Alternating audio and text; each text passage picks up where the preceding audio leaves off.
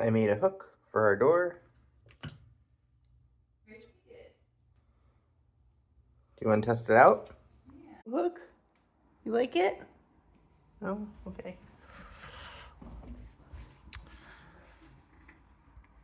There we go. Fits perfect.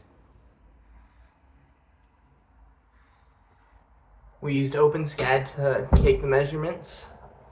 And if you want to make one, I'll put a link to the Thingiverse.